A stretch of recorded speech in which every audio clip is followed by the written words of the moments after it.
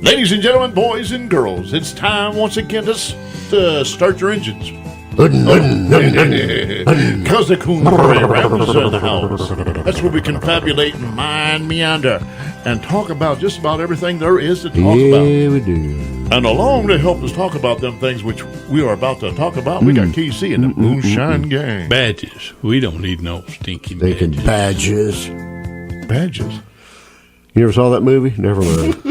You got to get out more, Mel. I know. I'm deprived. It's from the treasure of Sierra Madre. Madre. Oh, I'm sure I saw that one. If you have it, you let us You must have went for popcorn and missed that. Well, I'm going to have to go back and rewatch that now. And we got Luke over there. What's left of him, here we are. Let's do it. Okay. Hey, You had a busy week last week. Oh, yes. Tell us a Mercy, little bit about it. Busy. My goodness. The week I went to was. see Marty Haggard. He is the son of who? Merle Haggard. Merle the Pearl. Yeah. And you know what? The only thing I knew about Merle was we don't burn our draft cards down at the courthouse. Okie from Pahokee. Okie from That's Muskogee. because when I was a young boy, I worked at the Thistle Downs racetrack. When he was a little boy. And the devil called my name. And that Merle Haggard came out with that song, Okie from Muskogee. And they played it at the Everybody racetrack? heard it, yeah. I heard that over and It was over. sort of like Achy Breaky Heart Yeah. and some He Dixie got Cut, played, yeah. slapped to death. Now, here's Ad my theory. nauseum. Here's my theory of life. Back in the old days, there was less songs to be sung, right? Yes. When you listen to radio, that's a given. it seems to me that in the old days, you heard a song over and over and over and over again. Top 10. Yeah. Like when the beep, beep, beep, beep, the car went beep, beep, beep. Oh, yeah. My dad was unemployed and sitting at home at that when that song came out, and he was ready to throw. He went out and got a job after he was that. ready to throw the radio against the wall when we got home from school. Yeah, I would shoot it. Well, how was old Marty? Marty was good, man. I was surprised. You were surprised? I didn't recognize a single song he sang except for the last one. Really? You need to get out from more. Muskogee. Yeah. Wow. But it was good. He only had, it was just him and another guitar player. A childhood friend top? he grew up with. That's right. Flat tops? A flat top. They played just acoustic guitars. Yeah. I was trying to think. I couldn't see that it had any adjustments up there. It was like it looked like it was just square. Well, some do. Yeah. Some have them on the back. Oh, maybe They're that's what it talking about was. the headstock. They point downward. The keys on the headstock. Backward. They were on the back side of the guitar. But man, probably. he was it all classical over style? that thing. What? Did he play a classical style guitar? I wasn't there. No. He said he it couldn't was see the electric. keys. It was electric. That's an old picture there in the newspaper.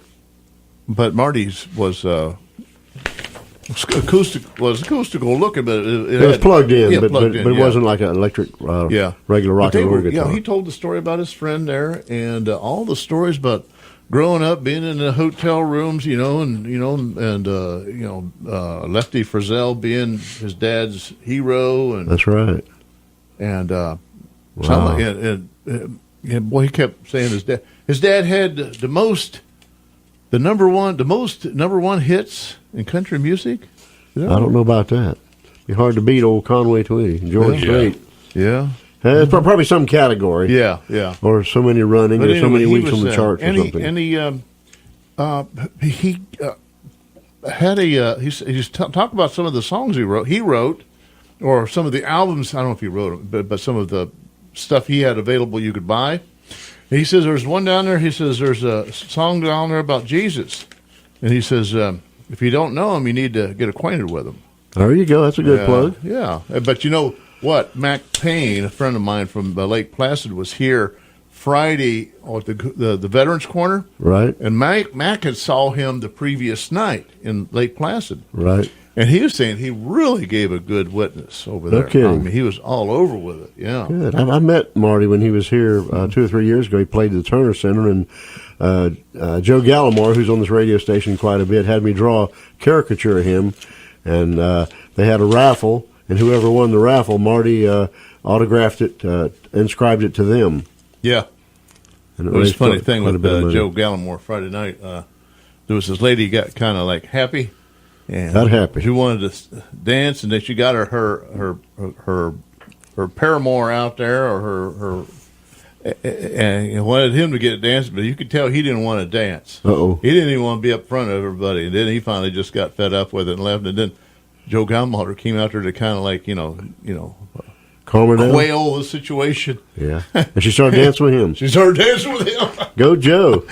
I mean, he's dancing, but he don't want to be dancing. Go Joe. This was held where at? This was held At the Legion Hall. Was it like a fundraiser or something to try to bring in members or what? For, To raise money for American Legion. We can mention for that. American Legion. Yeah, okay. Was that what it was? There you go. All But right. Heard good music, ate good food, saw some friends. Yeah. And we heard our local friend. You heard our local You friend. mean the city administrator? No, Keith. Keith Matthews. Oh, yeah, we heard him. He was He was the opening act for the him. pre-music. Keith is a good guy. He plays a lot of music. He lives in Cross Creek. He does concerts there, and he also plays out at Solomon's Castle every other Tuesday. That's right. So catch him out there. And he has And he's a brew crewer. He had his choir with him. That's right. He's part of our brew crew. Yeah. And he's an overall really good guy, good friend to everybody. Yeah. Because Casey asked me if I sang with him. I wonder if he was scared to sing any Merle Haggard songs as the opening act before Marty came I out. wouldn't have known. Yeah, you wouldn't recognize him. And another brew crewer that was there, you said. There was The Rooster. The Rooster was No, there. Terry. You said Terry Stewart. Well, Terry, yeah, he's there. Terry he, sang, Stewart? he sang the national anthem. Oh, no kidding. Yeah. Wow, And we he was were just well recovered represented. from the flu and sang the national anthem. Ronnie Jones was there. He's one that headed the thing up, Yeah. right? He's a Yeah. brew crewer. He's the new commandant or commander right. or whatever. Whatever, Commander. Have a commander. Welcome aboard. You need a commanding voice. You're going to Good. command. Yeah. But it was a good time. And I think they said that they raised a lot of money. Good time was They had did. by one and all. Yeah. Did Had you do some any food there. dancing? No, I sat politely and listened because I wanted to hear the stories, and I wanted to find out all I could find out about this guy because I didn't know anything about him. Goodness. Yeah. So I listened very closely. Well, But you did. But the problem is you didn't remember any of the stories. I mean, not remember the the story. details. The details. The details. Yeah, you tried to tell me about the one story that he learned in a motel and then later on recorded. Well, and I couldn't remember the name of the talking about songs. details. The Lefty Frizzell songs. That they recorded. His dad just went off and okay. But Marty took the recordings back to the motel room, and he said he memorized them Right. because he was a Lefty Frizzell fan. Also, Hard not to be. Did you get any photographs? no, I figured I'd see pictures all over Facebook after. I didn't see the first You know what? picture from that night. I haven't. They tell you not to take them or what? No. I didn't see. I figured I'd see video clips and everything. I didn't see one shred of evidence.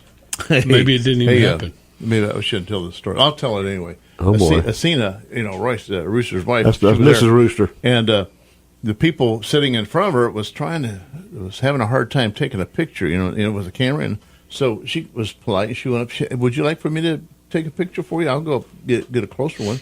And they said, oh, okay. And so she took the camera and left. And Royce was sitting back there, and he said he heard them over talking. He says, well, "Where'd she go? You think she'll bring the camera back?" He thought maybe they got scammed. He should have ran with that and said, "I hope you didn't lend her your camera." She got me last week. She's notorious. Yeah, she's a camera snatcher. I don't see her. Where's she at? I'm surprised Royce didn't do that. Holy guacamole! He had a perfect opportunity there. Oh boy, he should have capitalized on that. Yeah. Well, I'm glad y'all had a good time. Yeah.